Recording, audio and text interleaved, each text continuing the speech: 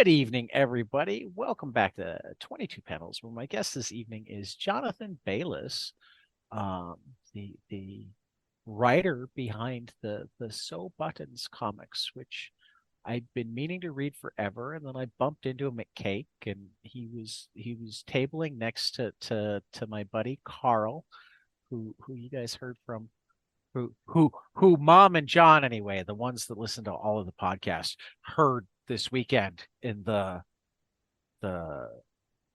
comic strip book club where we talked about Charlie Brown. Um, and Carl has the cover on your new collection, kickstarting right now. That is correct. Hey, I'm Jonathan Baylis. Hello. Yeah, Carl and I are old. I want to say drinking buddies from comic book conventions. You mean Carl goes to bars? Oh, only with me. Only with me. Otherwise, That's he's a not true. I spent teetotaler. time in four different bars with Teetotaler. him at CXC. Yeah. Yeah, no, Carl and I, yeah, we like to have a cocktail at SPX and other shows, TCAF, Mocha, Cake, so Yeah. we booze it up a little bit while we do our comics and talk comics, and we're texting every day, so There you talking go. about comics. So he's a great friend, and Well, but then you're even really, better friends with Carl than I am. I don't text I, every day. Oh, it's yeah. There's a chain. It's We like this trade emails this regularly. yeah. No, it's like I'm on a couple of text chains. I get that. This is newish to me, but a couple of them have happened to me like in the past year, and Carl They're is on fun. one of them. This yeah, totally They're fun. fun, and sometimes you'll ramble I off have to label mine texts in a though, so that I day. rememh who's in what, so I Yes, don't no, accidentally text to the, each one you gets a know. different kind of label, but then people Yeah, within because within like the if thing will Carl's in change two it. of your chains and I'm only in one, you don't want to tell Carl how much I suck in the one that I'm in. There you go. There you go. No, neither the twain shall meet. Like one is like a sort of a nerdy comedian one, and one is a cartoonist one. So There two are different nerdy worlds. comedians. Well, oh, these are the only ones. These are the only comedians, the only ones. And I'm not married to a comedian. I am not a comedian, but I'm married to one. So Yes, I know. I mean, I didn't know before I was reading your last volume, but I have been a sometime listener of oh, she did Ask Me Another on yeah, NPR, Ask Me Another. and now So she's doing that show ended, and now iHeart gave her a show about parenting called Parenting is a Joke. So she just it is absolutely a joke. You know what's not a joke though? what Grandparenting. Grandparenting's way more fun. are you experienced with I grandparenting? I am. I You I are. have a 4 and a 2-year-old grandchild. Oh my lord. I have Oh my two lord. grandchildren. That's They're wild. way more fun than my kids were. Well, because you get to leave, right? You Exactly. leave, yes. Yeah, I'm And an you old get to dad. spoil them without worrying about consequences. Oh, true, true. Yeah, no, I'm an old dad, so I'm not going to be a grandparent. The world will be over, or I'll just die on my own. One of those two. Well, I mean, let's cross our fingers that one of our kids is the one that comes up with the solution to Sure. global warming and the world doesn't end. If Yes. only for my grandkids' sake. Yes. Your grandkids. Yes. I mean, your possible grandkids, but I mean, you don't have them yet, so they're still No. hypothetical. No. My kid just turned 8 2 days ago, so I'm quite a ways Ooh, off. well, At happy least 5 years. birthday. At least 5 years. Happy birthday. Does he Uh, have a page in the does he have another Punk Man He page? does. He's Punk Man in issue 12. In issue 13 that I'm kickstarting now, it's very much like Mark Beyer. Do you know Mark Beyer? Kind of a he's an indie 1980s artist that was with Art Spiegelman's Raw comics I and other feel like I comics. should.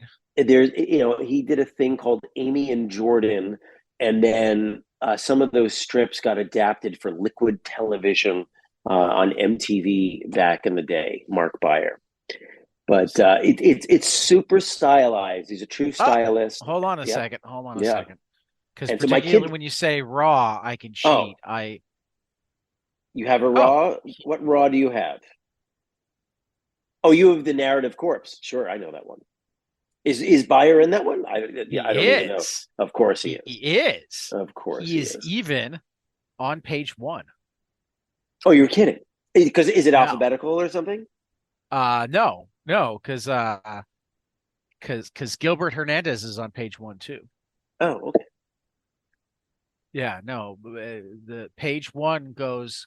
Bob Sikoriak had the introductory splash three panels, and Oh, then really? Oh, I did. uh, Oh, that's so cool. I did and then Sikoriak's carousel show at SPX this year. well Oh, yeah, well that's totally marked by it. Yeah. yeah. See, you might have to go like join our comic strip club then, because both Bob and Carl are in the comic strip club. Oh, yeah. I would be in Yeah, that club. I would be in that club. yeah. We meet Yeah. quarterly. We're going to be Oh, doing that's cool. Gasoline Alley next. Oh, that's cool. So, yeah, we'll talk off air Yeah, because I yeah. We'll mean talk off air. we don't want to bore everybody on air. Yeah. Um, first pitch your Kickstarter, and then I'll have questions. Sure. Okay. So my Kickstarter. So I have been doing these sew buttons autobio comics for over 10 years. This particular Wait a issue minute, probably you're over 10 years old. I'm over 10 years old. I've been doing these comics for over 10 years. See, And I this would not win at the carnival. The whole guess your age thing. but this year, probably because some of these stories or most of the stories were written during the pandemic, and I watched way too many films. There's it's very filmic and film referenced kind of stories that link together, and so it's sort of subtitled "Film School," but it's subtitled "Film School with Picar's Pals and Mine" because I met a Harvey Picar artist named Joe Zabel at SPX last year, and then he introduced me to Gary Dumm, and he introduced me to Michael T. Gilbert and Brian Bram, and it's like so half the book is Harvey Picar related, which is it's what I do is kind of based on what Harvey does. He was a Right. writer who hired different artists to interpret their stories, and I go at it from a different angle in that maybe I'm not as curmudgeonly as Harvey, and I tend to be a little bit more positive, but I mean, also I tend to there's use a very small group of people as curmudgeon as Harvey. as Harvey. Sure. Well, I mean, I'm a New Yorker, so like we got a lot of I mean, curmudgeons here yeah, in New York. but Harvey, there's a certain level of curmudgeonliness where you cross over from being like the mean, scary curmudgeon to the warm, endearing curmudgeon, and I Yeah, feel like that's where Harvey lives. yeah, Um, for sure. and that's like I mean I think I've met one or two in my life. And they're not Curmudgeons. young. Well, no, curmudgeons that actually go that far so that Interesting. you like their curmudgeonliness. It's part of their character, and you Mm. rather than going, "Oh God, get me away from this person as fast as I can." My comic book dealer was like that. My comic book dealer was, he's a guy from the Lower East Side. He had a booth in a flea market in Port Chester, New York, and I would go there. I mean, basically from age 5 to 45, and and he would yell. He would yell at these kids for touching the comic and bending the pages. But The this is a guy. library. It's not a library, but but but was so warm to me because I was there like every weekend Right, for decades. Like he would right, kiss me on the cheek, hello and goodbye, and right. hugs on holidays, and so yeah, my comic book dealer Jay was like that. He was a true curmudgeon with the heart of gold. That is There who you he go. was. Yeah. Again, it's a very special actually one of my coworkers or former coworkers, she retired a couple years ago and passed away last week. Mm, Fell into that I'm sorry to hear category. that. Yeah, she had a good run. I mean, I Yeah. worked long enough in senior care, particularly dementia care, that I've got a weird relationship with death. My question is always, okay, are they in less pain now? Right. Right. My comic book dealer he's dealing with that right now. Yeah. He has dementia, Oh, and he's in a home, and but I'll send him my comics, and he'll have his nurse like write me a letter, and like in his nice. more kind of lucid moments will Well, and it really will is recount his thoughts. last in, first out. So, if you've got a lifelong relationship with him, he probably remembers more of you than he remembers of what he had for breakfast. Oh, maybe. You know. Yeah. I mean, with I mean, I guess there are. This is where I should do my public service announcement. Dementia is a symptom, not a disease.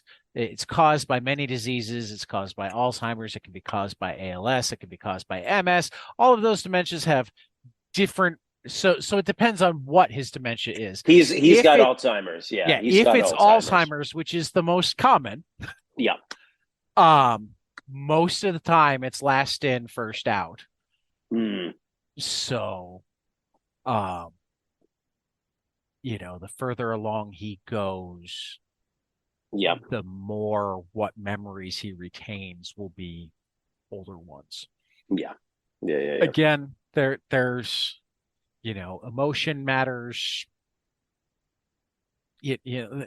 Just like everything with memory, there's more to it than that. But Yeah.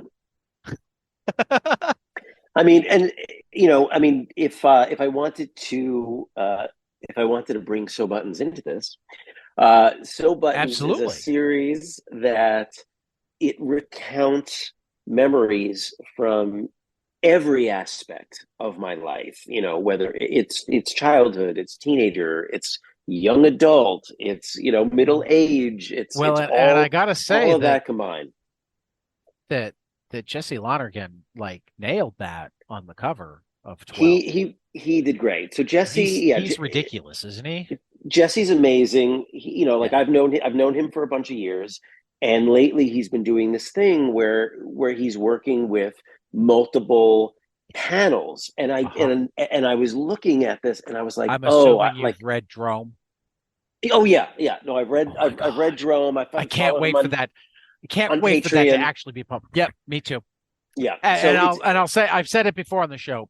Go back Jesse Lonergan's Patreon, if only to read Drome, yeah. because Jerome is great, it's and it's ridiculous, and the I process is hope that great. at some point he decides that he's done and publishes it, because for the most part his edits have been good ones, but it's like I'm starting to wonder if he's getting No, he's gonna do it. really precious with it. No, no, no, no, no, no. He's gonna do it. Right. He's totally gonna do it. I think he's And then actually move got deadlines and whatnot, move on to the but next when thing. you're Yeah, yeah, when somebody actually shares all of the editing process with you, it's you great. sometimes wind up going. I mean, it's great, but you also sometimes wind up going on the journey. It's like, well, I understand the argument you were making, but I kind of liked the old page. That's funny. I mean, the other day he was talking about how sometimes he it feels like he throws out more pages than he keeps. And there's a guy that I work with named Noah Van Skyver, I and know I met Noah at CXC. there you go. Good So guy. No, the another deal. friend of Carl's. Yes. Oh yeah. Well, because they both lived in Noah used to live in Denver, so they knew each other from Denver, and Noah did that westward strip, and then Carl took over the westward strip from Noah after he left. But Noah is a guy. So like usually with my artists, like I pay every single one of my artists, and I'll Good go boy. I'll pay you double if you happen to work on paper and you want to send me the paper. And Noah has almost always done this, and usually what he'll do is he'll also pick up like scraps from the floor and like put them, just to get them out of it, just to get them out of his house. And I assume it's because like he also like he doesn't want to destroy his art, right? And he knows Which that is I'll like it. reasonable. He knows that I'll appreciate it. So yeah, but Jesse is that way. I saw him at New York Comic Con, and like he came off of a really good year because he worked for friggin' can I curse? Yeah. He Yeah. worked We for mark all of our episodes for parental advisory, even though we don't got it. always curse, because then we don't have to think about it. So Got fuck it. Well, away. I don't need any kids reading so buttons, but he worked for I mean, fucking your Mike son Mignola. found your swear words. Oh, that's true. Oh, that's in that issue. Yeah, yeah. My son bouncing up on the couch saying shit, shit, shit, shit. But yeah, he worked for Mike Mignola this year, Jesse, and Yep. it's like that's Well, and he did unbelievable. Arca with Yeah, with Van Jensen. That was, I mean, I knew that book was going to be I mean, Van Jensen and Jesse, you knew it was going to yeah, be good, but yeah. that book was really good. He's great. He's great. He's hit a stride right now. Like it's like you could look at his early work from that was published by NBM, and what he's doing now is like it's like in a different Yep. stratosphere, And I and liked the early work. the early work is I've been good. following him since All Star. Yeah, no, the early work is good, but Right. this work is like Oh yeah. it's just next level. No, Well, and Jesse's he's great. messing with so many things. I got to meet him because he did Ghost of Science Pass with Joe Saracki. Oh yeah, I So just so ordered that for my kid. yeah. No, it's Yeah, fantastic. Joe yeah, is actually a high school science teacher and a really great guy. He's been on a couple of times. Um, that's but cool. but but the first time he brought Jesse with him because he was Oh, plugging nice. Ghost of Science Past. And I mean, I mean, that's the thing. If you take like Dromer Hedra and Ghost of Science Past and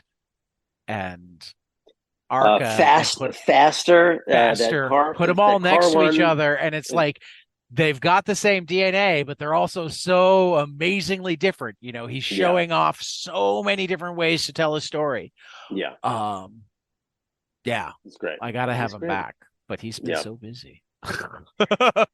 Yes, as he should be. He should Yeah, be busy. Yeah. I know, but it's why I get to talk to more writers. You guys get to stop Oh, is that it? sometimes. Oh, yes, that's true. But writing, yeah, writing's my day I'm a writer job as too, so I get well. that. So But yeah. I've become way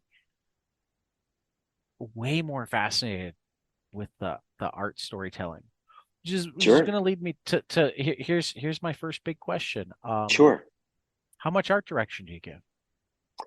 So when I write my scripts, I I want to I think there's a sweet spot, right? I think there's a sweet spot of I'm going page one, panel one, here's what's happening in the panel, and I make it general enough that there's room for artistic license Okay. and interpretation, but it's still my life and my story, so I want certain elements in there. So it's somewhere in the middle of being specific and No, no, I generic. get that. It's like it's right in the And middle. I would imagine it starts to vary when you work with an artist multiple times and get a Totally, working relation with, yeah. totally. Um, When when I and because like my it's not like my pay is I'm sure my pay is better than a lot of places, but like I'm not paying, let's say, like Marvel prices or DC prices, but I don't know. I've but not I think heard great things about some of their prices. I know I can't even imagine these days, but I think I I mean, just it go depends on who for. you are, but if you don't know their name and they're at Marvel and DC, they're probably not making what you think they are. Oh really? I don't even want to know. At least I've heard a rumor. Yeah, yeah. But I think like with what I pay, I go, I'm allowed like one tweak per page, and if I think they need a second tweak, I almost always will not give it because I think maybe it's unfair unless they've just completely missed the mark or something. But that Now, has not that has not happened. It just right. Do hasn't you happened. generally give them a script and they give you back a finished version, or So do they it share it thumbnails? I it mean, depends. My request is always like, I mean, because my in my past, right? Like I interned at Marvel, at Valiant, at Topps Comics. I was an associate editor working that's there. right. Topps I'm made comics. Oh yeah, licensed God, comics, we're right? old. We remember Topps made, didn't they Yeah, do Zorro for a while? yeah. Don McGregor did this kind of Yeah. cool Zorro comic drawn by Mike Mayhew. Yep. But like their huge hit. I mean, they started off great off the bat, right? They did this Mike Right. Mignola Dracula adaptation of That's right. Coppola's film, and then they did a Right. Kirby verse, which was not super great. But then they had the X Files with Charlie Oh, Adler, that's right. That's and that right. was a hot ass book. That was a hot book, and Yeah. like stories got printed inside TV Guide for the first time that ever happened. Back when TV Guide was printing 50 million copies. Right. I mean, Right. it was just a different world back then. Sort of like right at the dawn of the internet. Late Right. '90s. Right. And yeah, X Files was great, and Charlie Adler. Then, of course, he went on to like draw everything but the first 5 or 6 issues of Walking Dead. Right. But yeah, so the book that I worked on was is an adaptation of a failed Fox TV show based on Space Marines called Space Above and Beyond. But it was drawn by a newcomer from Montreal named Yannick Paquette, who's gone Oh, on to wow. like worked with Alan Moore, and Yeah. he's No, worked for Marvel and I DC, was and you just know rereading. Didn't he do Terra wasn't he the one Obscura. that worked with Mark Russell on their Inkle book, Psychoverse? That I don't know. I don't follow all of the stuff, but he was doing Wonder Woman, I think, with Grant Morrison. That He's sounds right too. Yeah, yeah, he's because he I and just read that too. The he's been Wonder around for Woman twenty year five one. years. Yeah, he's been Yeah. around for 25 years. He's great, Yannick. I'd see him at New York Comic Con when I go every couple of years. He's great. But Tops did Space Above and Beyond, and that was the book I worked on And the before answer is Tops yes. Comics. He did the Inkle Cycleverse with Mark Oh, there you go. Russell. So he did. He was one of the first artists to get to work in the with the Inkle without working with Jodorowsky. I don't know Psychoverse at all. I don't know what that is. I don't know what you're talking Uh, about. do you know the Alejandro Jodorowsky Mobius book, The Inkle? Oh, Inkle. Yes, I know. Yes, I Yes. know Inkle. Yeah, yeah, yeah. So Of course. so recently, um, the first one was Mark Russell and Yannick Paquette, Mhm. and then I think it was They're continuing the Inkle series. there's actually three prequels. Oh, prequel. Oh, funny. Yeah, Yeah, yeah. They did that with the Blueberry. yeah. Creating sort of like prequels of Blueberry with people But that were not Mobius, well, Jean Giraud. but this was with full Jodorowsky Approval. approval Oh, and like kind of helped pick out who got to play. oh, okay. Um, Yeah, I could see that. I could I totally mean see that. they've Yannick would been be great at good. that. Like I said, Mark Russell, I think Dan Waters and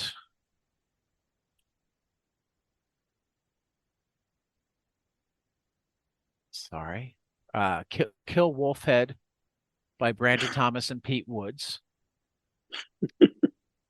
and then Dying Star by Dan Waters and John Davis Hunt Hmm. are the three that have been released.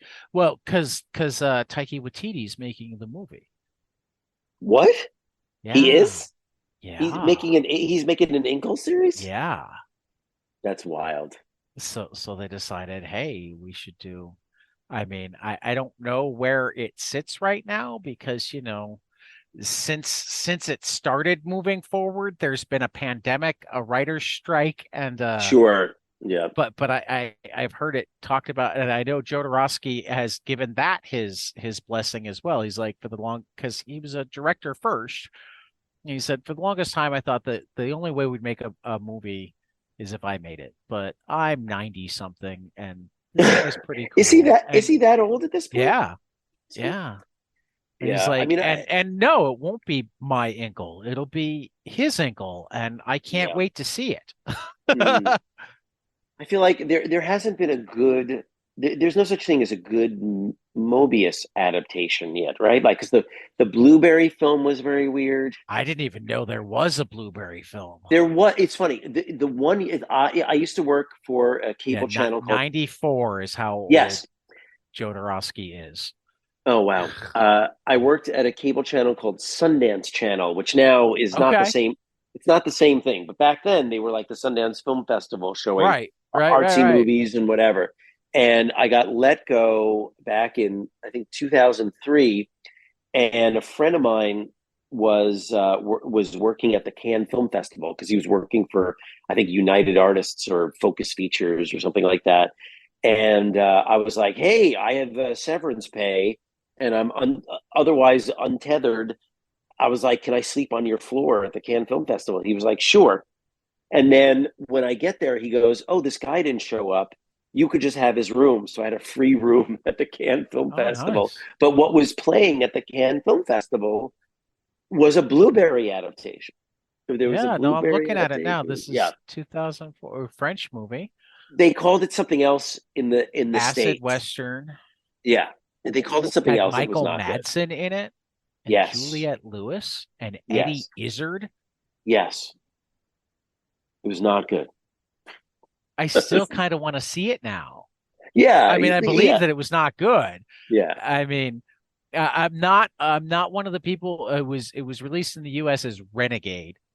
Um, That's it. Yeah.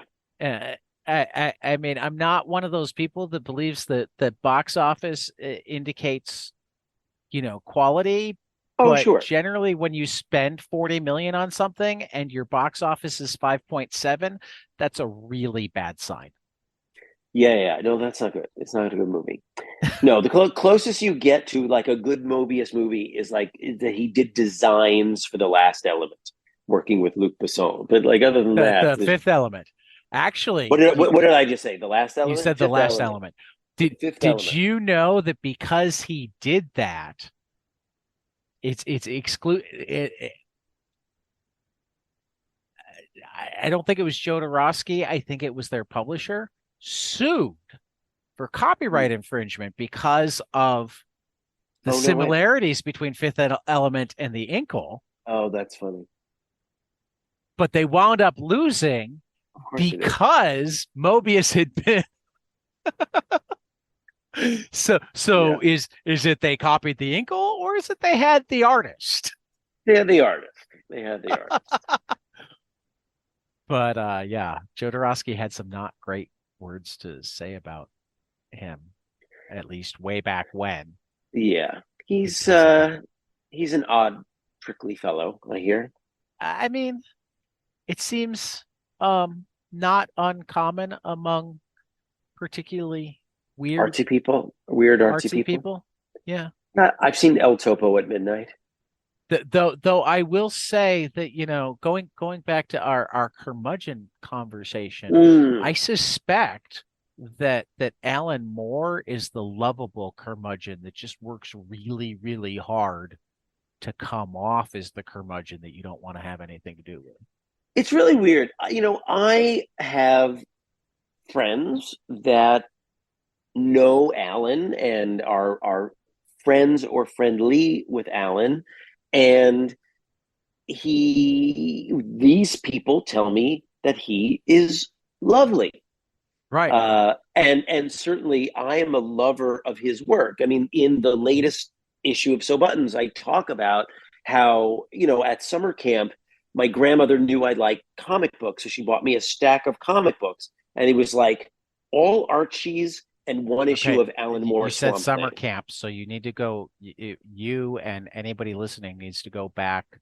Shelley Bond and Liz Prince's summer camp comic on Kickstarter, as well as So Buttons. Two things to go back on Kickstarter right now. So Buttons 13. Pause the recording. Go back. So Buttons number 13, and Yes. um But wait a second. Liz Prince is doing a summer camp book with with Shelley Shelley Bond. Bond. Yeah. Oh, that's cool. First of all, I love Liz Prince. I She, do too. yeah, I love Shelley as well.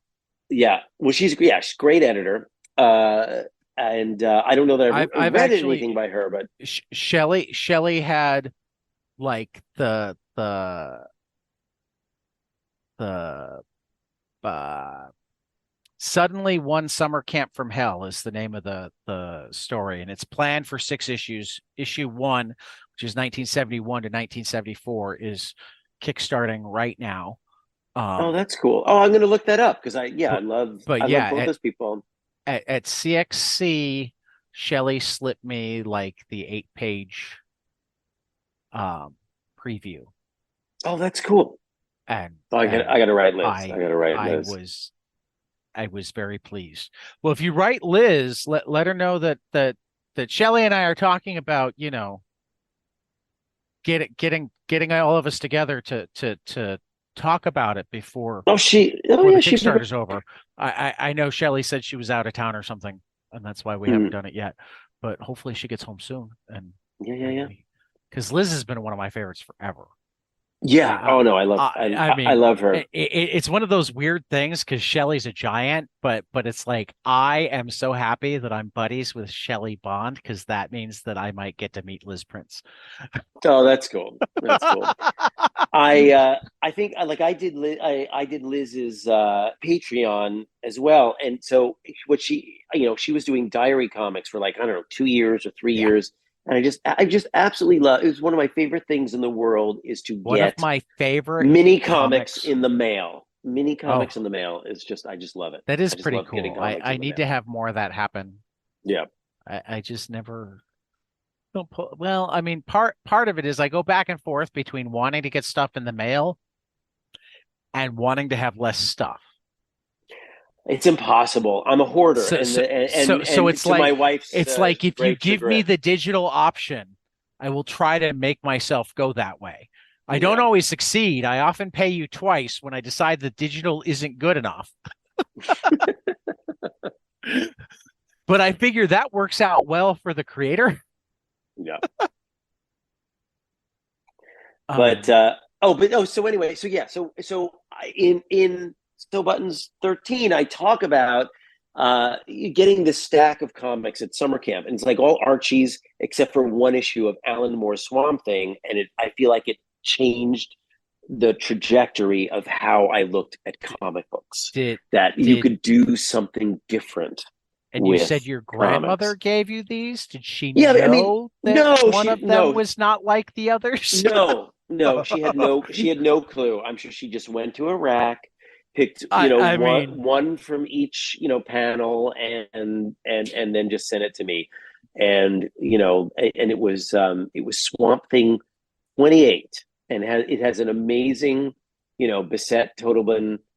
cover, but inside is actually by Sean McManus. And it's basically uh, where Swamp Thing finds the bones of Alec Holland and Okay.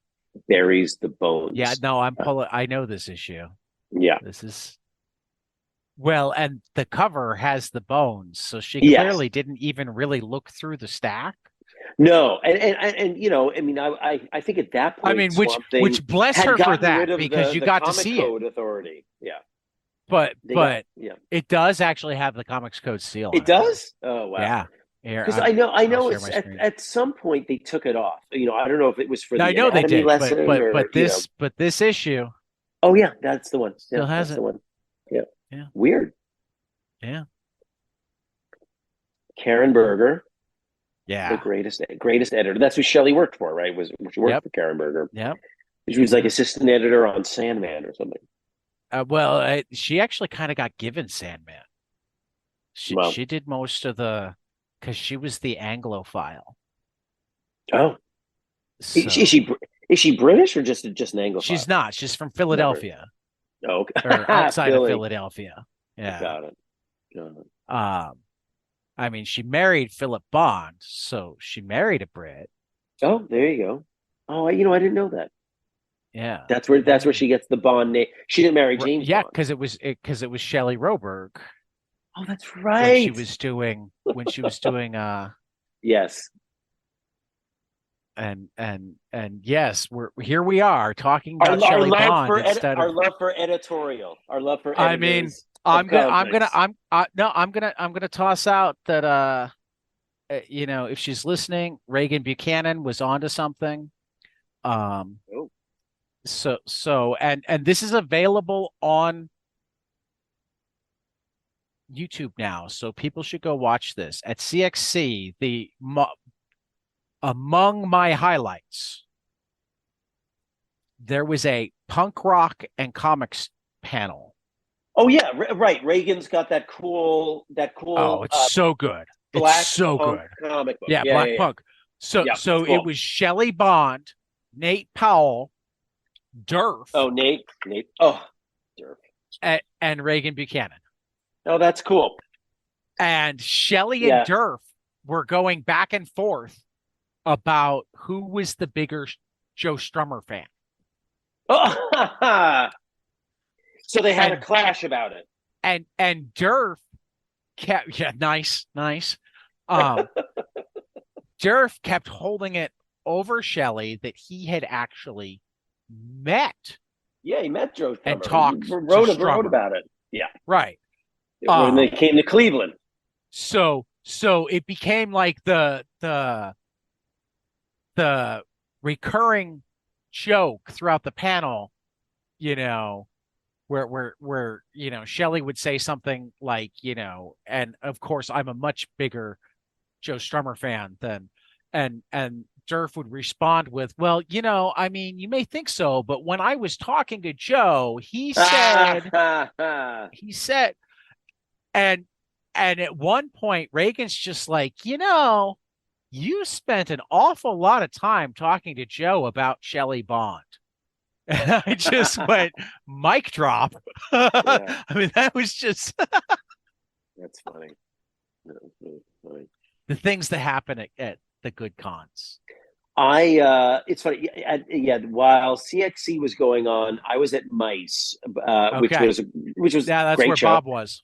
great show. But I really covet getting a slot at CXC in Yeah, I have next pretty year or in much a couple of decided years.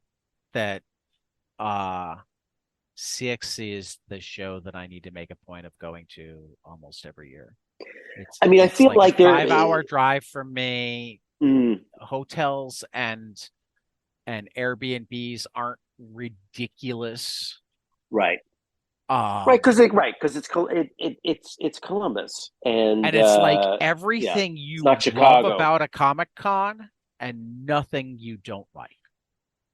Yeah, yeah. I already love Columbus, and like like it's funny when I was working for USA Network a bunch of years ago. Like I did a shoot in Columbus, and I was like so happy to be there because that's where they have the Billy Yeah, Ireland Ireland.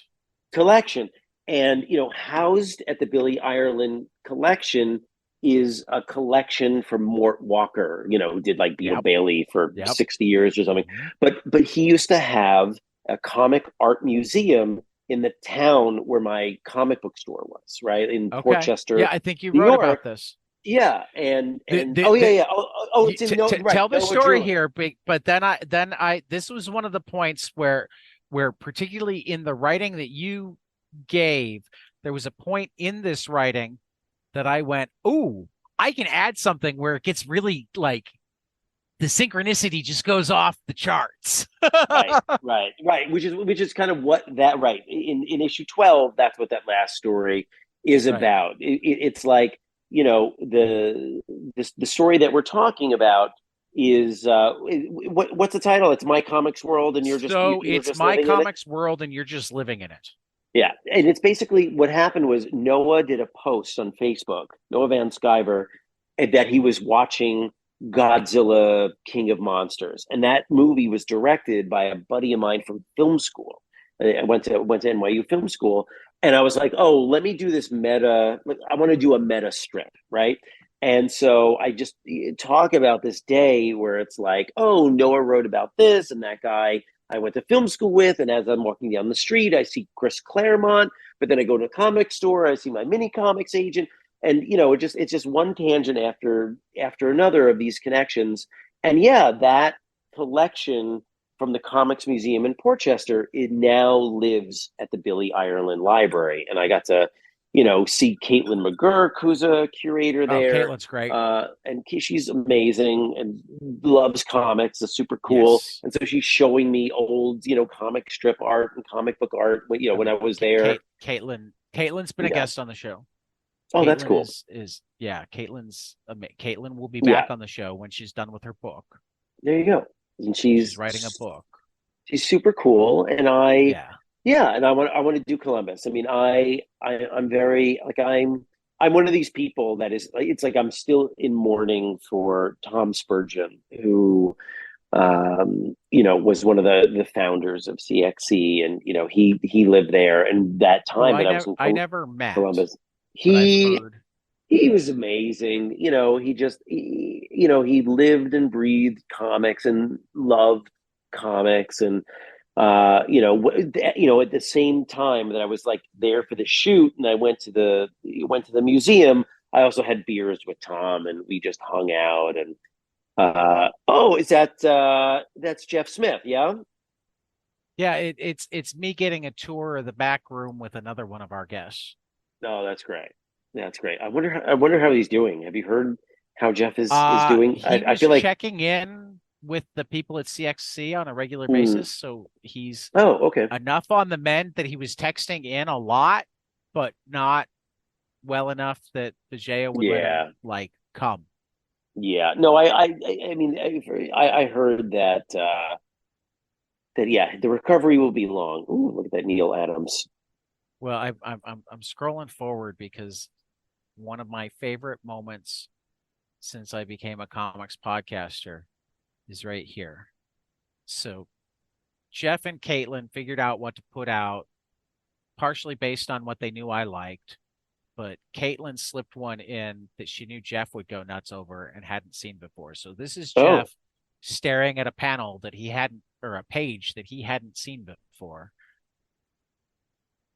And then what page is there's that? the page. Oh, Joe Kubert. Yeah, Joe Kubert from doing like a Sergeant Rock image. Right. And there's Jeff, talking with his hands, explaining all the things that Joe Kubert did that you shouldn't do, but Kubert could make them work. And just going nuts. So yeah, that was. I think because of my experience, like go visiting that cartoon museum as a kid, I wound up becoming that planted the seed of me collecting original art. So I have original art. The Beetle Bailey, the Mort Walker. Yeah. But I mean, I only have one piece of original art. What do you have? I have a Stray Bullets page. I have a Stray Bullets. I love David Lapham. I mean, I do too. Stray Bullets was the shit. When I remember I was interning there will be more at Valiant, and while we were at Valiant and we're putting out like Turok and Exo Man of War, everyone was like, "Oh, Stray Bullets was the shit." David Lapham was so great. Look at that. You go, wait, you got to make that your, you got to get rid of sharing the screen so I could see your page. Oh, yeah, no, that's sorry. Yeah. So you can only see it small right now. Yeah. Let me see it big. Ooh, half splash. Yeah, Sexy. yeah. Yeah, well, that's great. It's Yeah, to stray date my. bullets. I It's mean, I so have cool. like prints from people and comics that have had sketches done in them, but in terms of like page art, that's my one so far. I lucked out a bunch of years ago. It's like I had a good day job, making good money, and it was before the explosion that has happened right now in original art, where like everything is like tens Right. of thousands of dollars. But so like I was It'll able slow to. down again. Yeah, I don't I'm know. I convinced don't that know. that's well, I mean, certain The, things never go back down. no, no. But I But mean, like there was a time when like I bought a a lot Jack of a people Jack who Kirby thought, page for $200. well, absolutely. But a lot of So people who thought that they were are good investors had mm, extra money and a lot of extra time during the pandemic. And that's how we wound up with things like GameStop stop blowing up right. and every Well, that first was no. appearance That's of different. any new character immediately selling out. Well, And no. I mean, the GameStop thing was it was almost like a terrorist attack. I mean, the oh, it was GameStop. absolutely a terrorist attack, but it's still not Yeah, something that happens if that group of people is still going out to the bar and it right. has to do with not being able to buy beer at exorbitant prices, not being able to go to movies, concerts, or sporting event. So they've got this chunk of money that they would normally spend. It's like, oh, I've got this money now, I should invest it. And like, rather than a savings account or safe bonds or anything, it's, well, let's do this because clearly that's But they weren't investing. They were like, we're gonna put our money here, I bump up the price, and get out and make a shit ton of I money. Like that was an I attack. think, That was not an well, but to investment. get That was out an you attack. needed people who followed. I'm talking about the people who followed. I'm talking about the people who Oh got well, the left people. holding the Well, bag.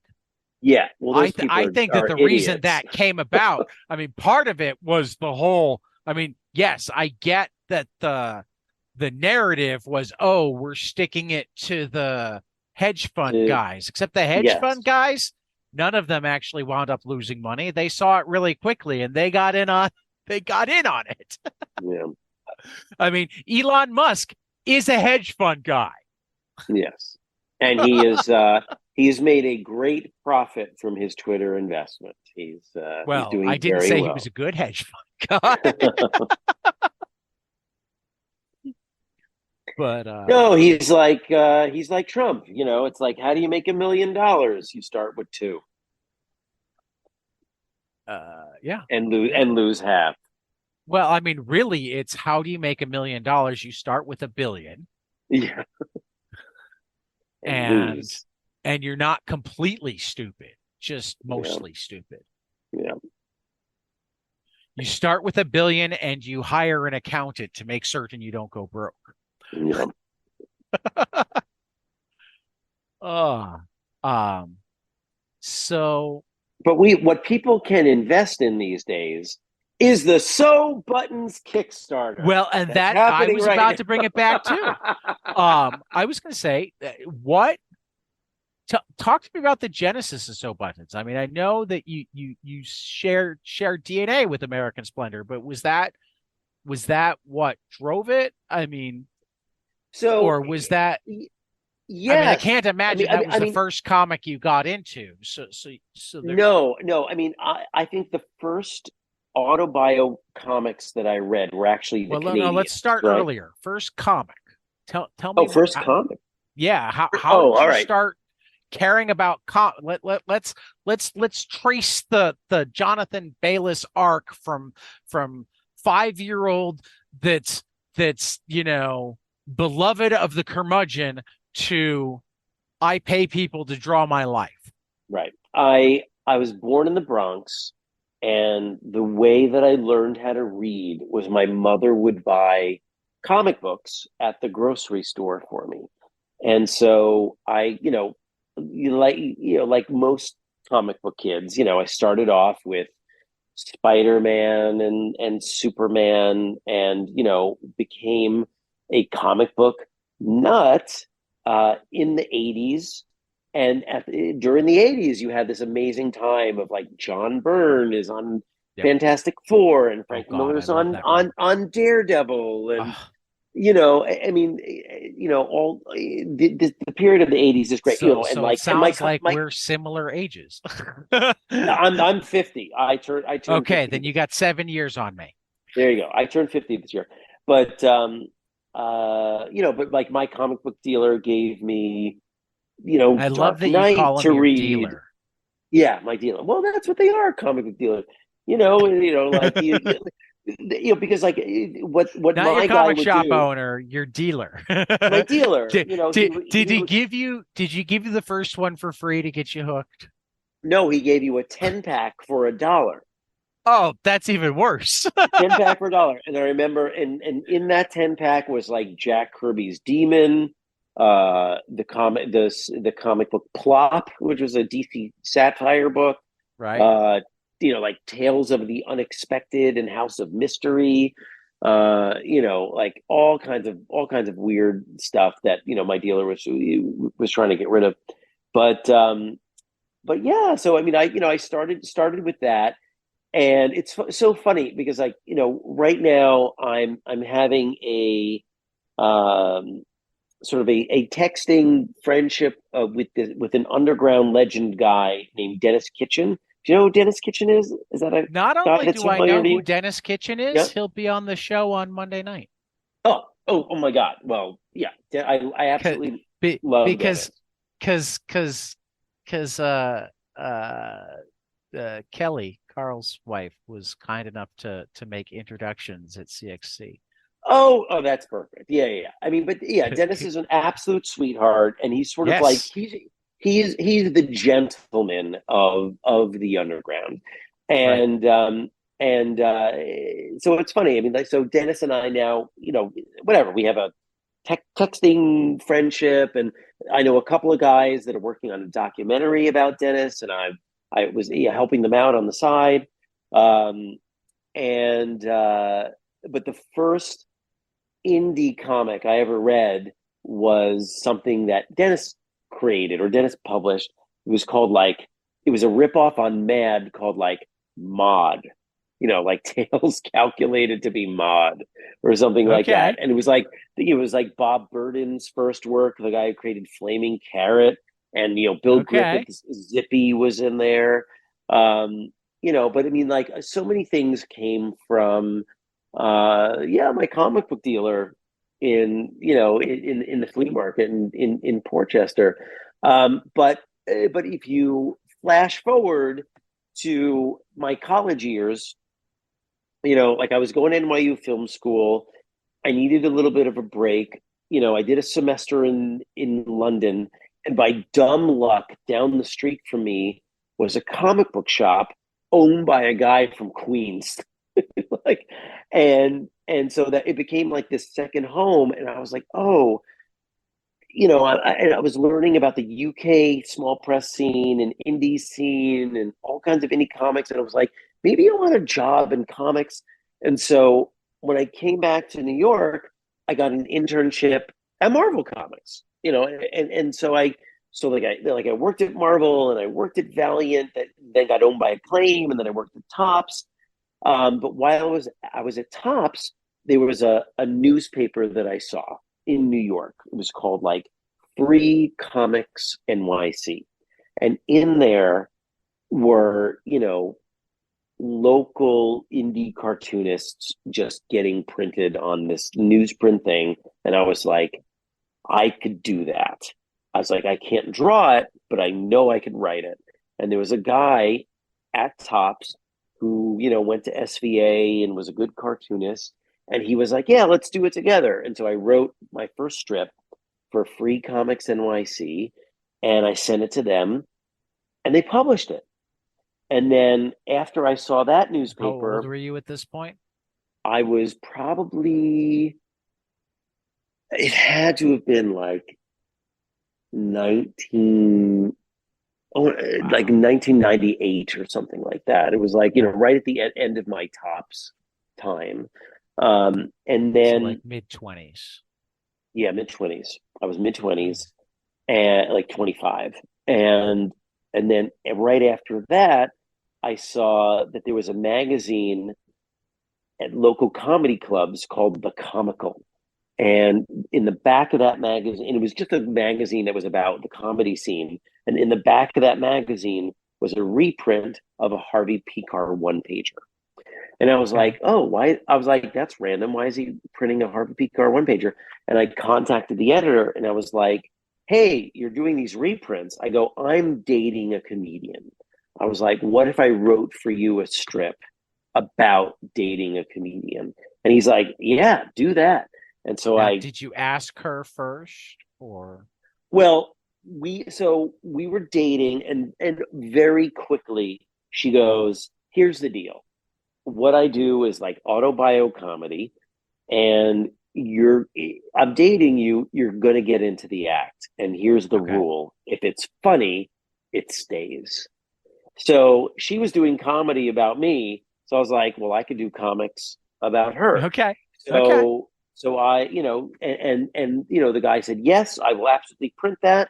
And then he went on Craigslist, and I was like, guaranteed printing, like draw my strip about, dating a comedian. And I got a couple of kids from the Kubert School who were Okay. interested. One was TJ Kirsch, who's been with me in every single issue of So Buttons, and the other was David Byer. And they had both very different styles. So it's like, you know what? Kirsch gets the dating a cartoonist strip. Byer will get this strip about taking a trip to visiting a concentration camp, and that got printed in this literary review in Florida. It was the first comic strip they ever published. And so I started with these guys, and we did a few strips together. They were published in places, and I was like, you know what? I should just do a collection, and then that'll be it. So I put all the strips together, and I had like one or two left over, and I went to Mocha in, I forget what it was, like 2008 or something like that. And that was like my first convention. I sold my books there. And because I had a couple strips left over, I was like, let me do another couple of strips, and I'll fill out a second issue, and that will be it. And And yeah, I that never was like, stopped. Yeah, I never stopped. And now I'm on issue 13. So right. Right. yeah, And what's your and day job? I uh mean, so I'm a what pays writer. for this? Here's how I pay my artists. I'm a right so like I went to NYU Film School. I'm a writer, producer, editor of promos for like cable channels and streaming services and stuff like that. So I worked at Sundance Channel for a bunch of years, HBO for a bunch of years, USA Network for a bunch of years, and right now I'm doing promos for Audible, which is really cool because I got to write and produce a campaign for Sandman. So I got to do this Oh, like cool, Neil Gaiman thing for yeah. all. I got to combine my comics and my Well, and that's my my that's TV skills, with that's this Sandman campaign. well, I mean, the Sandman Audible is ridiculous too. It's amazing. I mean, like if It is. it's like so when I joined Audible, like I didn't join at the very beginning Right. of Sandman. I was doing Act Three, so I got out my graphic novel, my trade collection, I thought I and was the only one that did this and I was listening to Neil and flipped. read the narration, and then I Mhm. realized, oh my God, he's expanded upon what he originally wrote. Mhm. And that is what But makes the also you Audible can Sandman totally series make it great. the just you can sit there. and look at pictures and listen. You can, but like Neil I mean, combined that's with my favorite way to reread Sandman now. yeah. Oh, it's so good. And this guy Dirk Maggs Yeah. is the audio producer of this series, I haven't. and Dirk is a genius, and it's like one of these things. It's like the old 1970s NPR, Star Wars Yeah. radio dramas. It is like a cast of hundreds. It's got a Uh-huh. film score. It's got sound design. It's a movie without visuals, but it is a movie. To listen to the Sandman series is like listening to Sandman like you've never read it before. It is Yeah. fantastic. So I haven't listened to it yet because I just saw it. But have you seen that Vault Comics is starting to get in on this game as well? A few other. What are they? They're not doing it with. Are they doing it with Audible? Yeah, there is a dramatized adaptation of These Savage Shores, the Ram V. Oh, Ram Um, V. Oh, yeah, good writer. Good writer. the Ram V like Indian vampire story that was the Oh, one that's that cool. like so that's one of my next things to listen to. Tyler and I, you didn't get to meet Tyler because Tyler's in a play right now, Oh, and they open next week, and therefore the director kept them late tonight. no, So he there you sends go. his hellos. Hello, Tyler. Keep coming back. You might be my co-host sometime. There you go. Um, but actually, and it went live a couple hours ago. Are you familiar with Santos Sisters? No, what's Santos Sisters? You don't know Santos Sisters? How are you Mm. an indie comic guy and you don't know Santos Sisters? You know what? It's funny. I'm so indie. I'm small press. I'm more small press Well, they than are. indie. They print at a I mean they print in Buffalo Grove, Illinois, Okay. because that was where they could find that did it like old school Archie style, Oh, four that's funny. color newsprint. That's great. Um, so we've had them on a couple of times, including we recorded a they were guests on our Halloween Oh, that's episode this very, year, very Archie, very Dan along DeCarlo. with China Clugston Flores. Oh, well, Um, but during that, we got the cockamamie idea, and they gave us permission. We recorded an audio version of their Halloween special that oh, went that's cool. live a couple hours ago. Oh, So nice. go buy the book because it's really meant to be like listened and read. But go buy the book, and then you can, courtesy of 22 panels, listen to listen to the Santos Sisters Halloween special. Um, and while Shelley didn't manage to read the opening poem like she'd hoped to because she got busy, Mm. we did land. Um, and here I'll give you a taste of the comic itself, just so you can know who I'm talking about. We did land, and I can say this because this won't publish until tomorrow, so we're already up. Um, for the roles of Bloody Mary and Scary Gary in the Santos Sisters and Bloody Mary, which are these two wonderful ghosts here. Yeah. Um, we got Something. Katie. Wait. I feel like I want you to scroll up. Something just looked like Simon Hanselman. Like Possibly. someone did a sign. Yeah. Oh, that's a Well, Simon but that's Hanselman not. with. That's Chris I Resnick doing something I know. similar. Yeah. But yeah. That is totally yeah. That's a riff on Simon. But I mean they did Tim Seeley lent them Cass and Vlad from Hack Slash are Oh, in this sure. issue. Cool. Mercy Sparks is in this issue. Gut Ghost from Enzo Garza makes an appearance in this issue. and as I was saying, the voices of um I still I can't believe I'm saying this out loud because it's still surreal to me. The voices of Bloody Mary and Scary Gary were provided by Katie Skelly and Jaime Hernandez. Oh, what? Katie Skelly and Jaime? My God, that's wild. Because I went out on a limb and reached out to them because I knew Jaime was a fan of Santos Sisters, Oh, that's funny. and I they think did it. in the next issue, issue 14 will be a story about Jaime stole a book off of my table at SPX. He stole a book from you? That's He great. did. He did. It's I great. mean, but I mean, are you gonna call him on it, really? Well, Or are you no. just happy to know What that one happened? of What your books is in I know. Jaime Hernandez No, possession? no, I'm totally happy. No, what happened was I was like, Jaime, I would love for you to look at this. And I meant for him to like stand there and look at it. And what he did was take it and And put it walk in his away. bag. Well, I mean, he looked at it, That's I'm certain. I hope he did. I hope he didn't write me, but I hope he did. I hope he did. Uh, yeah, I have he totally nailed his part. that's great.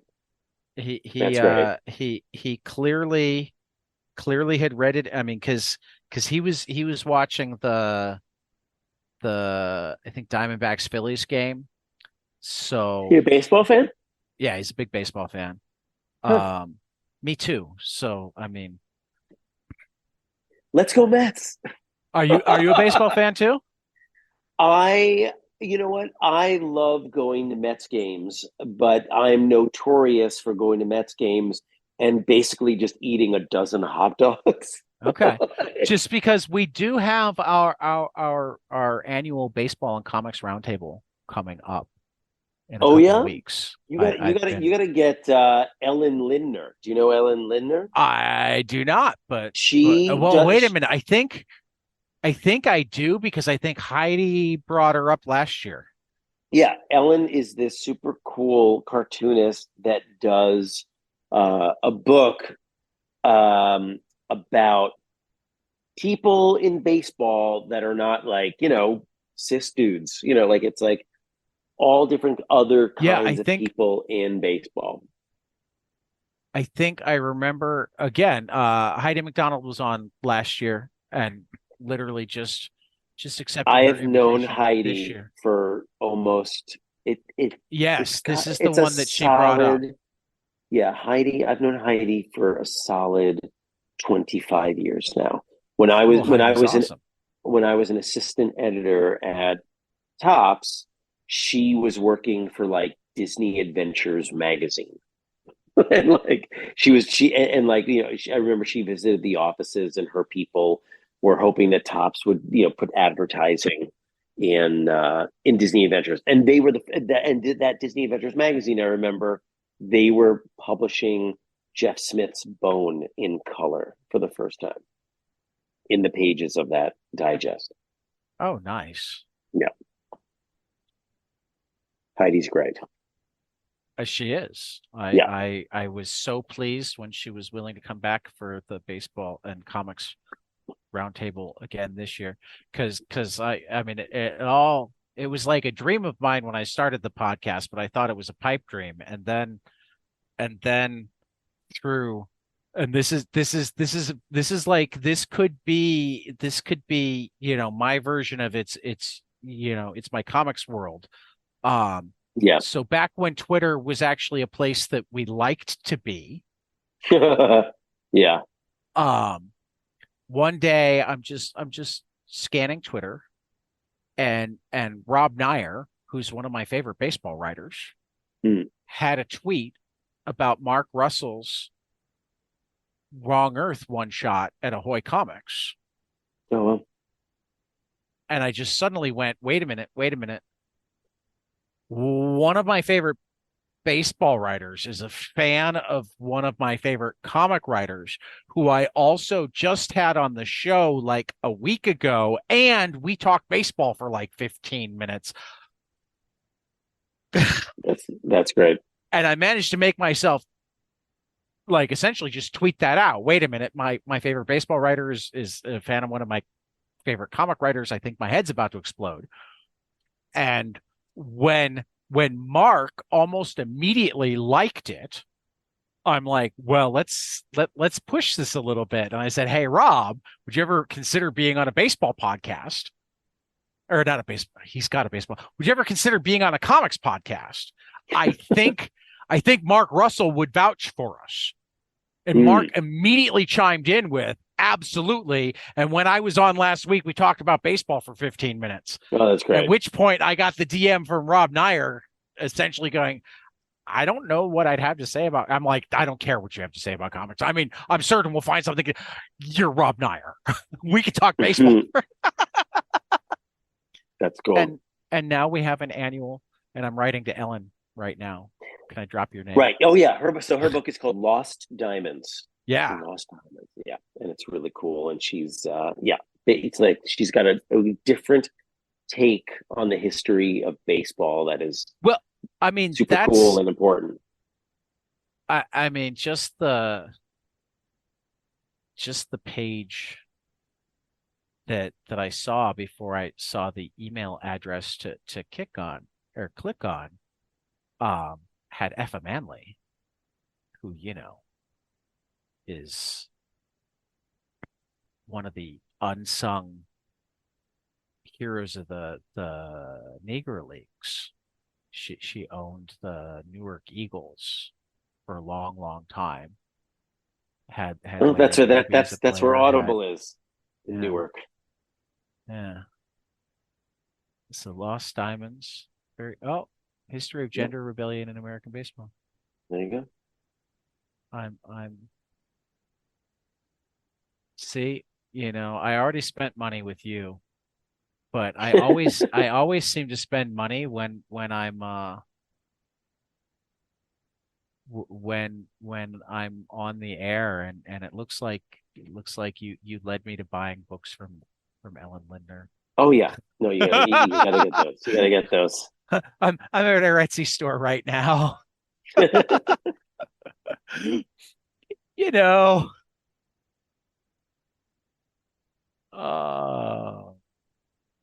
So what do you like to read? I mean, you clearly have a wide. I mean, just based on the artists that you have. I mean, the issue in front of me. You've got Rachel Meyer. You've got Lance Ward, Carol Tyler. Carol Tyler. So Ben Passmore. Yeah.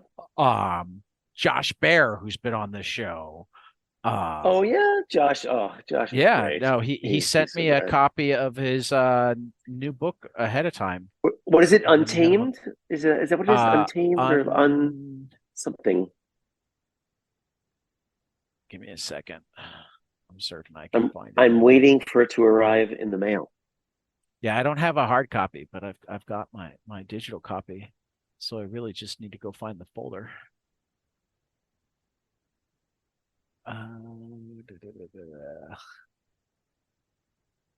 Oh, of course it doesn't want to open right there because it's huge. Unsomething. But it's fantastic. It's fantastic. I read a million things. So I mean, I go to all these small press conventions, and certainly, I'll read the Josh Bayers and the Noah Van Skyvers of the world. But what I'm about to do, in the next year or so, I want to do an underground deep dive, because So Buttons is, as an autobiographical series, I want to say it's very positive. It's a little vanilla. A lot of people describe it as like it's a friendly catch up each year when they read So Buttons. That's and fair. I want to be a little edgy for an issue. I want to go a little underground. And so I literally, so You because sure you of, don't want to wait 5 or 6 years until your son can pick that up and you're not completely and utterly mortified? you know what, he'll deal, I mean, I he'll say deal. this as the person who, lived through mortification as my kids figured out various things, and I didn't put them in print. That's funny. But no, because of this, like because of the friendship that formed with Dennis Kitchen, like I gave Right. him a bunch of books. He sent me a bunch of undergrounds, and because Oh, of my nice. sort of like hoarder collector mentality, I was like, you know what I want to do? I want to do a deep dive on the underground, and so I decided I'm going to get 100 undergrounds, and when I read 100 undergrounds, I will then take that as an inspiration to do a an edgier issue of So Buttons that has sex and drugs and music, and it'll make it more underground than I've gone before. So right now I'm about to read a shit ton of underground stuff, like everything, Robert Crumb, Aileen Kaminsky Crumb, Rick Griffin, S. Clay Wilson, Robert Williams, Trina Robbins, just everybody from that era, and just see what it inspires as far as what are the edgier aspects of my life to Right. create. A So Buttons issue. It'll be, it'll be like underground light. It'll be like underground through the So Buttons veil. Uh, is so I'm a, that is what I'm about to read. But what I do read is, oh my God, it's just everything, like all the small press that I can get my hands on. I was just reading some minis from I'm gonna probably mangle her name, but it's like Julia Gaforer, who she's got this kind of like, I don't know. It's like old school horror sensibility. It's like watching that movie Witch or something. Reading her horror comics. Um, I read. Yeah, God. I read just anything I can get my hands on at these small press cons, whether it's like a $2 Xerox or a $20 like hand sewn edition of a comic. So I just Right. love all of comics. All of comics. Yeah. Me too. I now want to go on your journey with you. I'm already thinking I have book clubs, Jonathan. Do you want somebody to read these with you?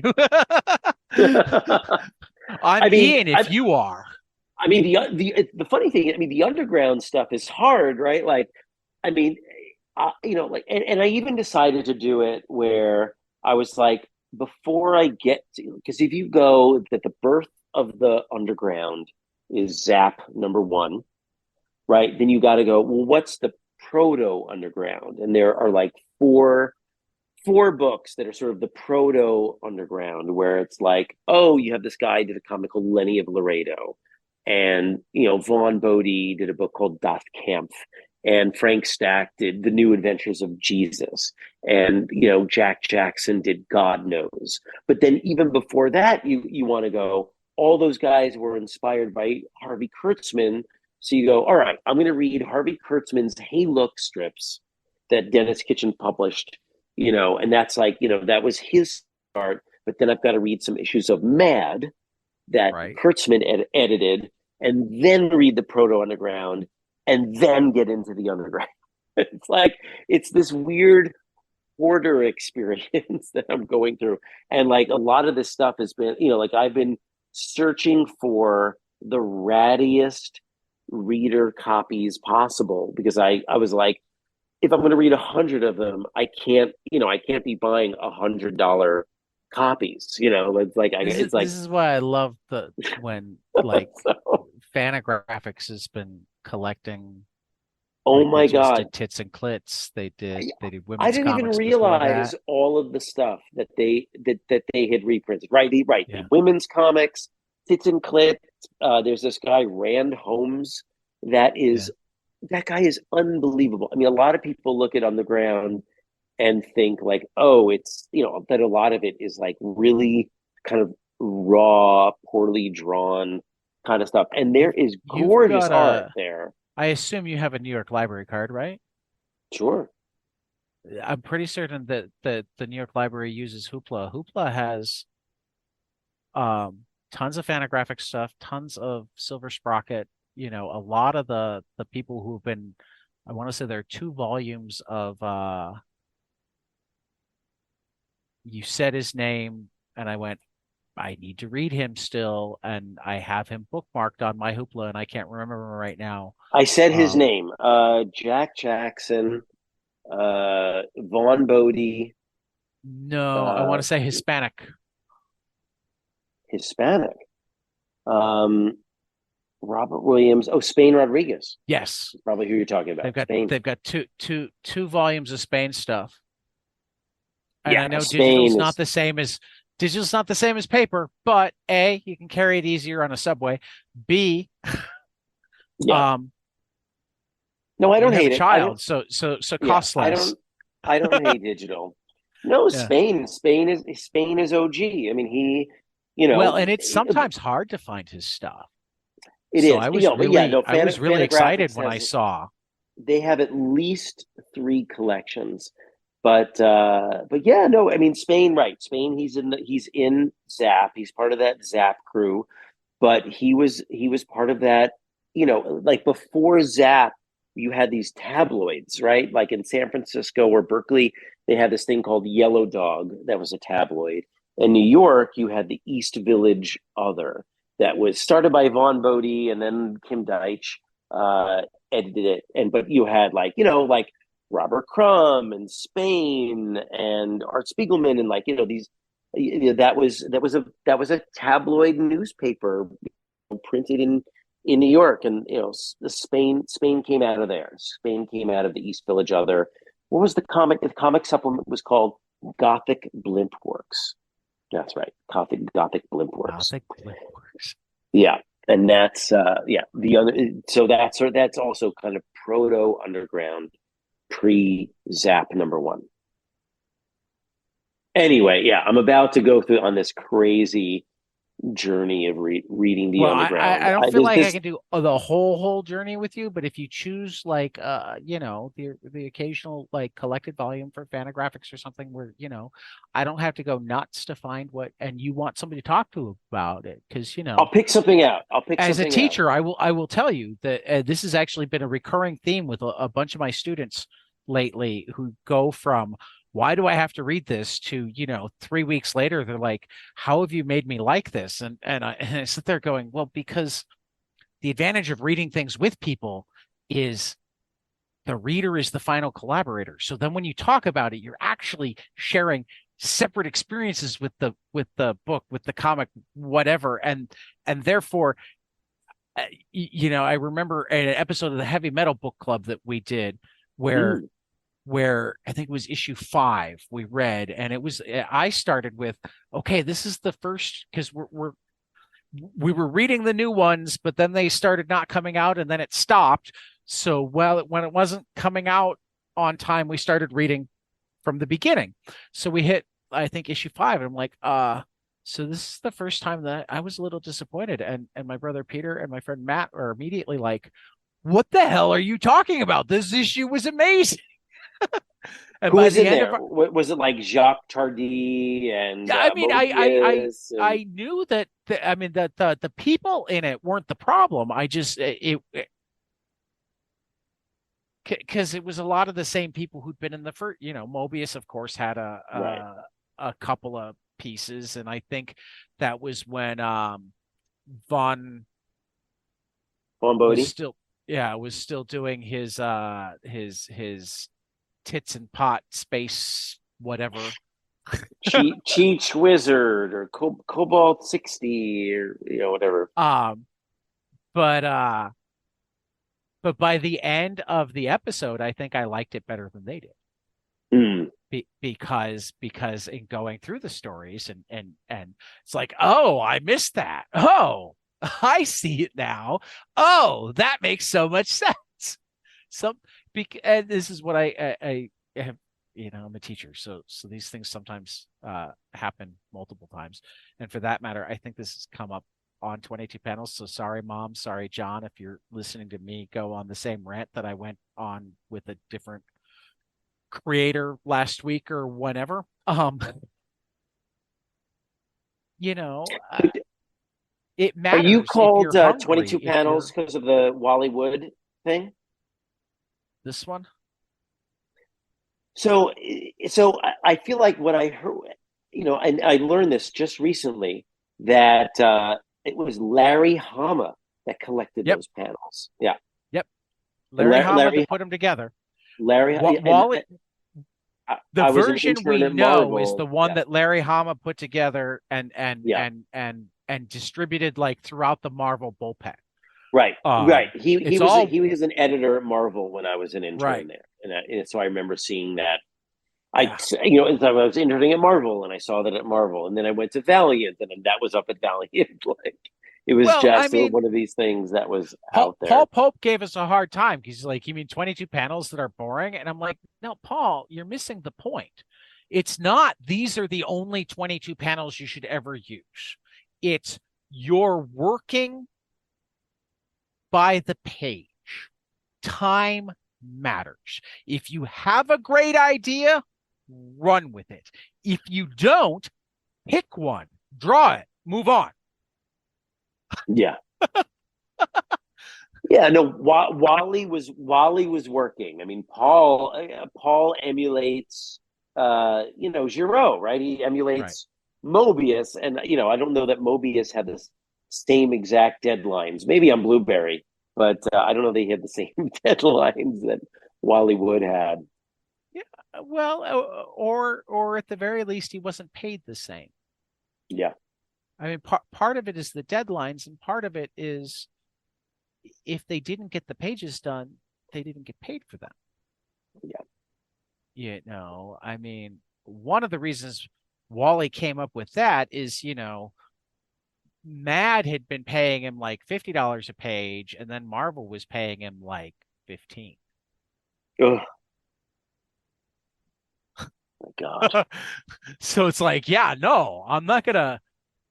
I mean, one of the reasons Kirby was fast was because that's how you made a living. Right.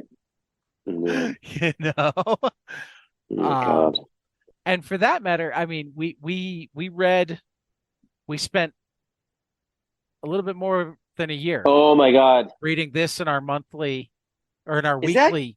is that book good? It is. It is. And we took it to the next level where we also We're read talking about every comic that he talks all of about. the Marvels, all of the We didn't no, we Marvels didn't by read all Douglas. of the Marvels. We let No, Douglas handle but the book was called. The book is called All of the Marvels. the book is called That's what All of we're the talking Marvels, about. Yeah. and most of the chapters have, split up what they're doing, you know, giving issues that represent, what he's talking, the themes that he's talking about. So we read all of the issues that he talked Oh, about in the book. well, that's fun. So we would spend like a month or more on each chapter because we would only do like 5 issues per week. Um, I haven't read that one. I read Sean Howe's book, like The Secret History of Marvel. That okay. one I read. But somehow reading a book about a guy reading all of the Marvels was not as much of an appeal for me. But Yeah, if you see, say but if you say that's not entirely what I mean. Douglas Wolk is I mean, he has his own record label. He's a music writer. He's a comics writer. Um, writes in a scholarly manner. So oh sure, it wasn't. I mean, there was one chapter where he kind of told his story because his kid had gotten really into part of it. And it turned out that his kid had originally been kind of the genesis of it, because his kid was the Ah, type that I can't just read Daredevil. I need to read it all, and I need to read it in order, and I have to start from the beginning. my So God. that's what had led to him like figuring out what constitutes something that's in the Marvel universe and not in the Marvel to begin with. But really, it's not like about his journey as much as it's treating the entire Marvel universe as one big story and then splitting Right. up, particular themes and really exploring them.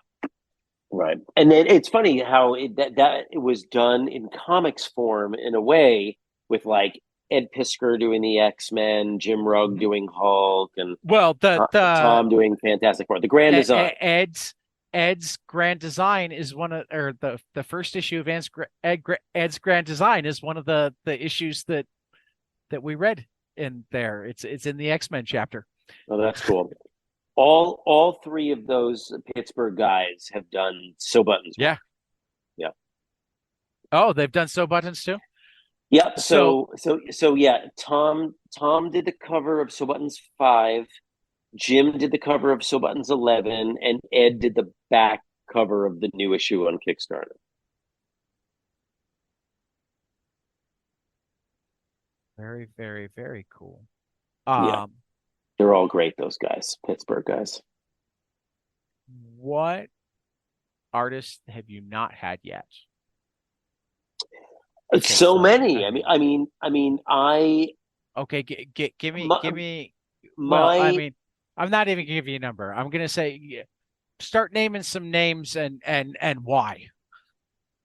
well, there was a period of time, right, where I couldn't.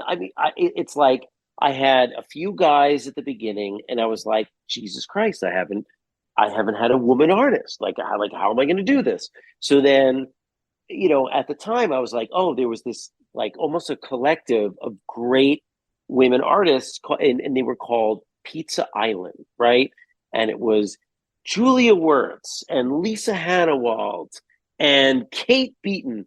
I mean, just phenomenal people, and but they were already like beyond in my reach. It's like I would have killed to have worked with any of them, and every one of them rejected me. Now, since then, I've worked with a bunch of women artists, and I have a friend named Mari Naomi.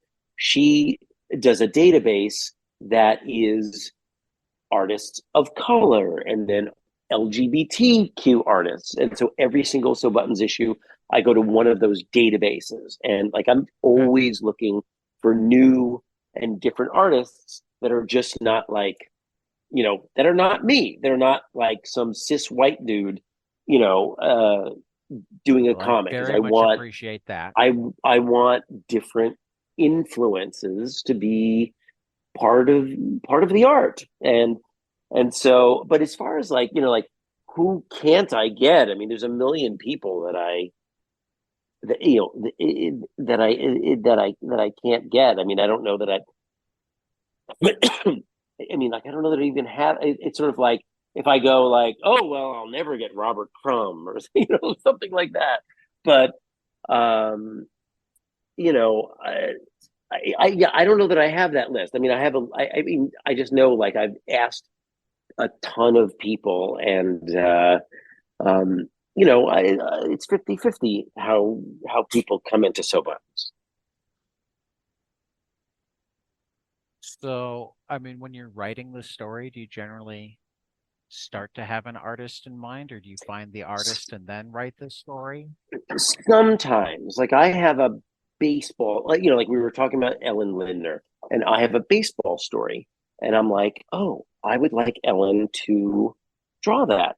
So, I will, I'm writing the story right now, and I will have her in mind, and I will send it to her, and I will go, you don't have to take this job, but I did have you in mind.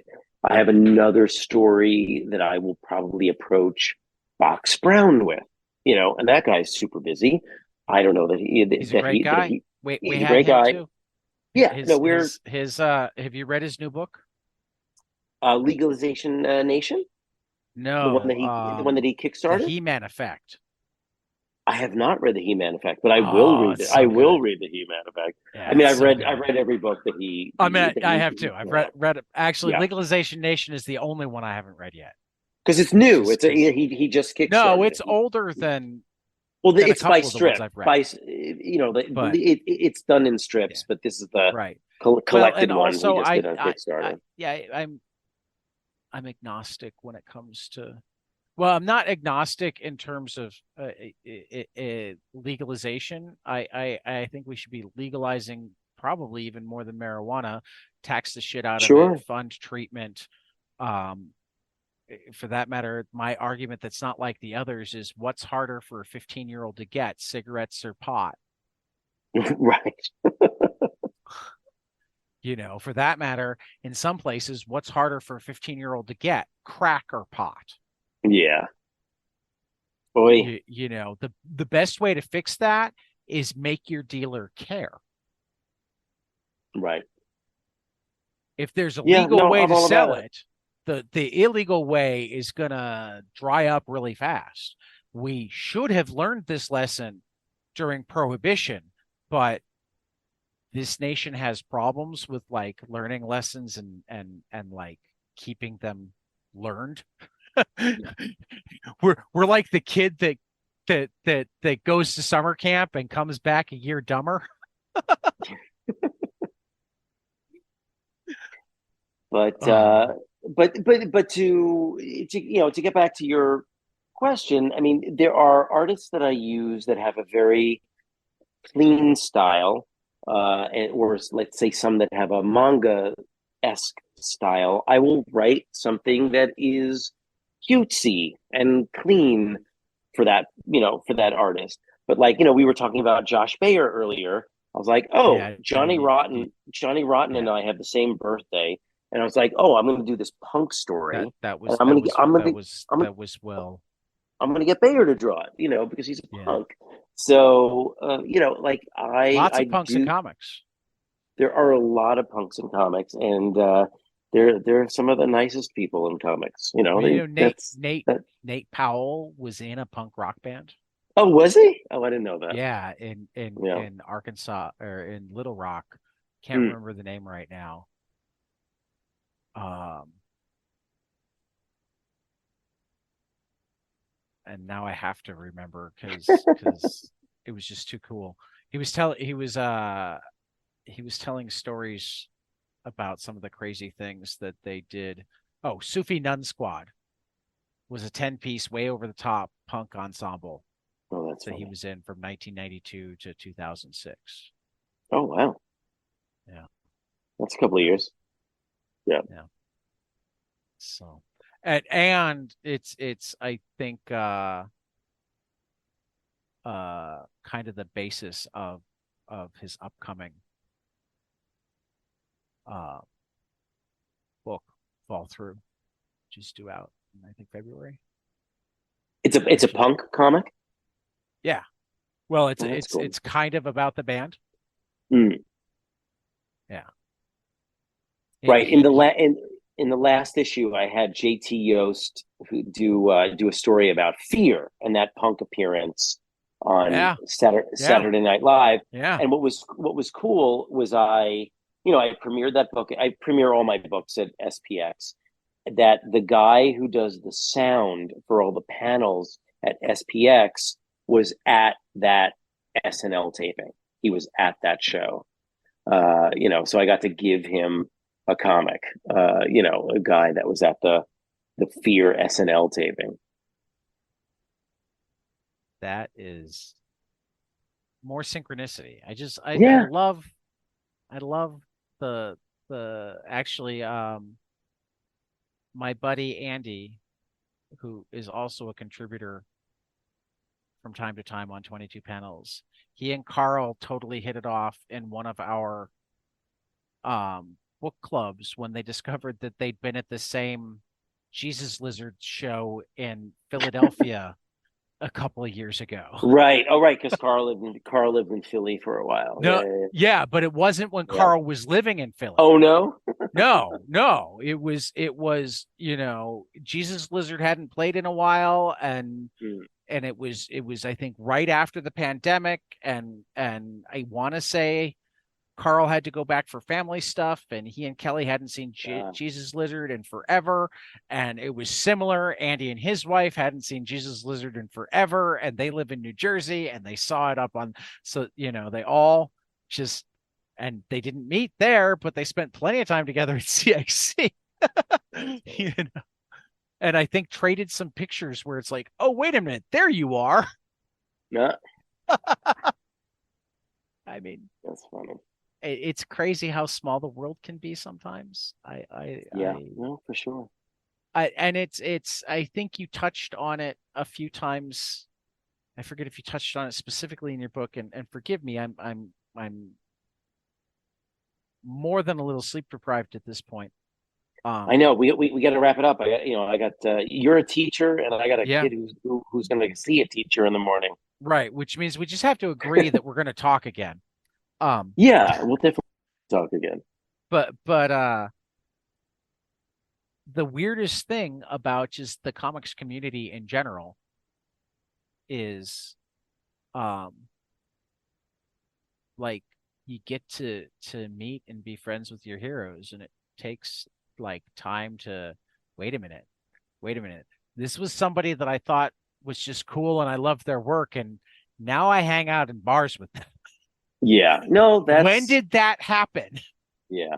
No, that is definitely great about comics. I mean, the community is very special, right? The fact that I'm like, you know, that it's like, oh yeah, I love Carl. I've Right, read his work for years, and like, oh now we're texting. Oh now he's doing the cover. Oh, Dennis Kitchen right, is sending me a box of comics. Oh, like Noah Van Sciver, like, oh, he's just starting out. Now he's really big, but he's still doing comics for me. We've right, collaborated 5 times. It's just like, yeah, the right. the, the community It's is it is there is a sense of family there that is well, and kind and of beautiful in comics. and for me, I'll take it that like mini step further. I am blown away and still can't wrap my head around the fact that me, the teacher who talks to comic people in his spare time, for the, you know, 20 to 100 people that listen to any given episode. Hi mom, hi John. Um get treated like an insider. I get Yeah, treated like I'm part of the group. I'm not that's the nice. guy that, you know, and that's just weird for me because, I don't even remember ever getting treated that way by like people that I spend time with all the Right. time, you know? So yeah, it's fun. Yeah, I mean yeah. I mean, people who love comics love each other. Well, and I think it also has something to do with the fact that uh, it seems to attract a lot of us that like are introverts but aren't necessarily happy with that. I mean, we are, but we aren't. We like to talk, but we want to talk to people that we think want to talk to us. Right. And it's like I the always secret handshake. Oh, you like comics too. Let's talk about comics and see where it goes. right. Yeah. Yeah. No, I always say, at the shows that I'm an introvert that presents as an extrovert, right? Like like in the comics world, I can present that way because it's a safe space, but other places Yeah. I can't do the same thing. Yeah, I can do it like in a classroom and in the comics world. Yeah. And I don't even like going to the grocery store because there are people there. My wife, who's overall much more introverted than me, likes going to like the grocery store or whatnot because she gets to feel like she's around people without the expectation to talk to them. And I don't get that. I'm like, but then why would you want to be around? The only purpose of being around people is to like share ideas. Otherwise, stay away from me. You're scary. I Yeah. don't, you're just scary. Our weird little brains, Jonathan. Our weird brains. Our weird brains. I guess My they're not brain. particularly little. I'm reading both a comic or a book and a comic adaptation on the evolution of man. Um, and the size of our brains has actually caused some issues through the years, and holding them upright is difficult, and they're probably the reason why we're born so premature compared to the rest of the animal kingdom. Mm. Because if we came out at the stage that most animals come out, able to do things like walk and basic communication, sometimes even hunt, that sort of thing, we'd kill our mothers. that is the scientific theory anyway. So we should not do that. I don't think so. I like my mom. Yeah. But speaking of keeping our brains upright, yeah, that seems like a crazy, insane place to end, and let's do it. Let's do it. Jonathan, it has been so good getting to know you. I hope that I haven't scared you away to the point where you're saying on air that we have to do it again. And as soon as I stop the record, you're going to be like, lose my email address. Beats don't fail me now. So let me take us out and then we'll chat for a moment. For 22 panels, this has been Jonathan Baylis. Go back, Sew Buttons, issue 13 on Kickstarter for how many more days? 14 days as of today. Okay. Which is Wednesday, November 1st, when we're taping. He was even kind enough to put a very reasonably priced digital collection of That's true. All 12 of the first Sew Buttons is available in the add-ons. So you can get your new one, and if you missed any of the old ones, you can get them all together. Digitally. And the Rangers just won the World Series, which they did. Kind of impressive. Yeah, kind of impressive given that Zach Gallen had a no-hitter going through the 6th inning, so they didn't get any hits for 6 innings and managed to win the game. Well, to that I say, fuck George Bush. Fuck George Bush. Yeah, pretty much. Pretty much. We could go on a whole other. That's a different. So I'm going to say, for Jonathan Baylis, this has been 22 Panels. We will see you after the next page. Ciao. Hey guys, this is Tyler from 22 Panels. I'm here to tell you all about our Patreon. If you enjoy this show, please consider donating to our Patreon to keep this show going. We have many different tiers, all different levels to help you decide what's right for you. Okay, so get on out there to patreon.com/22panelspodcast.